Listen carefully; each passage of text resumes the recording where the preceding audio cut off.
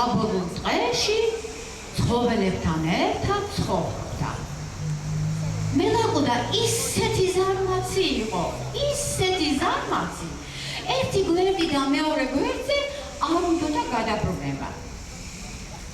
მაგრამ მელაკუდა ეშმაკი იყო და თავისი სიეშმაკი ის თავს ირჩენდა.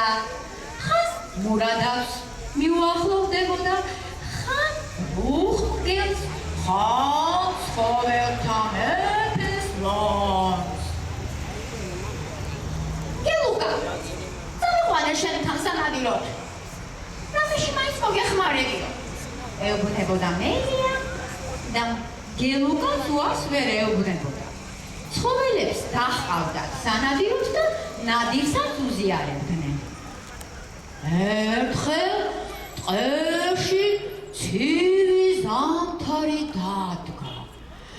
სანადიროდ ვეღარ მიდიოდნენ ცხოველები და ვეღარც ნადირობდნენ. ამიტომ მელიას არ მიჰყავდათ სანადიროდ. მელია შიმშილისგან და სიცივისგან ხის ქვეშ იჯდა. რა ვქნა? დავამეც ტყეში სანადიროდ. იქნება რომ მაინც მოვინადიროთ. თქვა მელია და ტყისკენ გაეშურა. ვერაფერი მოინადირა და გადაწყვიტა ტყის მახლობლად სოფელში შესულიყო. მივიდა ნელ-ნელა და რა ნახა საქათმეში. ნელ-ნელა შევიდა და აქეთ იქით მიმოიხედა. აჰა, რაც მინდოდა.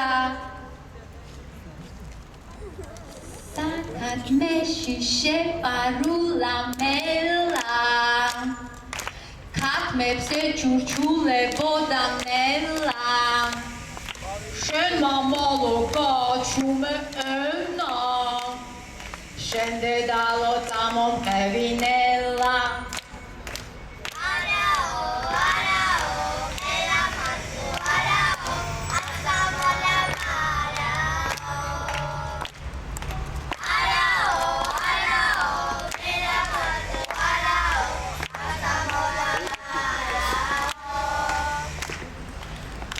შენებდით საქათმეს ტყეში, ჩავარდები თქვენ არ ნახულ ბედში.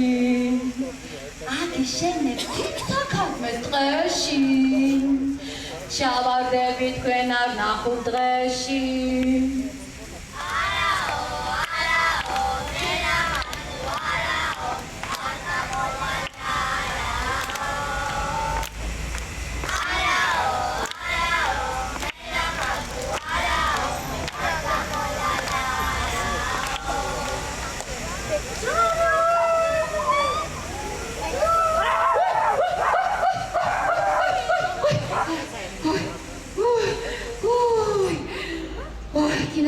კუდი მომაკლიჭა.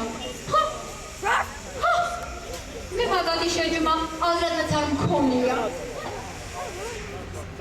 ჩაილაპარაკა მელია და დაღლილმა და დაქაცულმა